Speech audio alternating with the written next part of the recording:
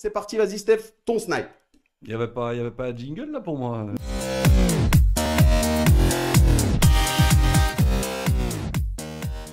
On continue maintenant ce rituel de la troisième mi-temps. Tout le monde l'attend, on y est, le snipe de Steph, ce qu'il a vu, ce qu'il a entendu pendant la semaine, ce qui lui a déplu. Il avait envie de nous en parler aujourd'hui. Vas-y Steph, ton snipe. Bah écoute, Julien, on va aller du côté des joueurs cette semaine.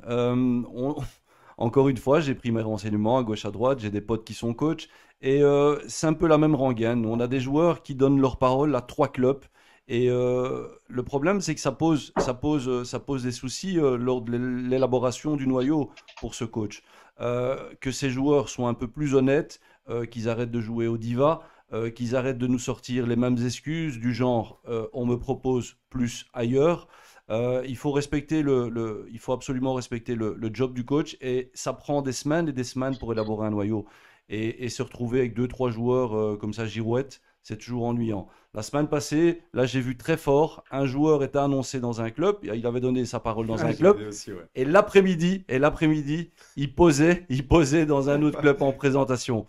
Donc voilà, il faut arrêter avec ça. Et je ne sais pas si ça se passe en D3 ou en D2 amateur, mais en tout cas en provincial, ça se passe régulièrement. Donc tous ces joueurs, respectez un petit peu le job du coach.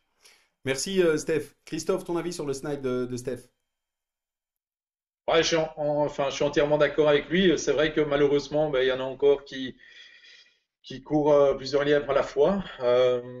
Voilà, c'est vrai que moi, je pars du principe où j'essaye de faire confiance aux gens, tout en n'étant pas dupe, hein, parce que voilà, je sais que malheureusement, ça arrive d'être trahi. J'essaye d'avoir confiance en tous mes joueurs. Je leur ai toujours dit, je comprendrai toujours que vous soyez contacté par des clubs. C'est pas vous qui téléphonez d'ailleurs. Mais je préfère toujours l'apprendre de mes joueurs, de leur propre voix. En général, ça se passe souvent bien. J'ai rarement été déçu, mais j'ai déjà connu en effet des gens me dire oui, et puis 2 semaines après me dire ah, ben, tout compte fait, j'ai un autre projet sportif, or qu'on le sait très bien que c'est pas le côté sportif Voilà, c'est clair. Et qui a le fait souci, pencher c'est que quoi, la la balance. période ici de transfert, elle est très longue. Donc tu as des joueurs qui peuvent Ouais, t'embobiner comme ça pendant des semaines. ouais, c'est vrai. Elle est très longue et ce qui est compliqué aussi, c'est que bon, il y a des joueurs que tu suis pendant plusieurs années, que tu essayes toujours d'avoir.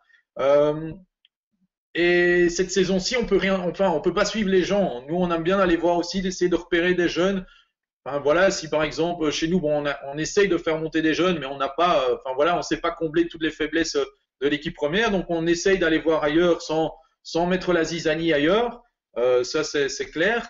Mais on ne sait pas voir les matchs non plus, donc c'est vrai que c'est une période très compliquée pour les transferts, vraiment très très Très compliquée. compliqué, ouais. C'est clair, on n'est vraiment pas aidé et les difficultés financières des différents clubs n'aident évidemment en rien parce que ça complique encore une fois les Ouais. discussions puisque les clubs doivent revoir le budget sur une année blanche évidemment.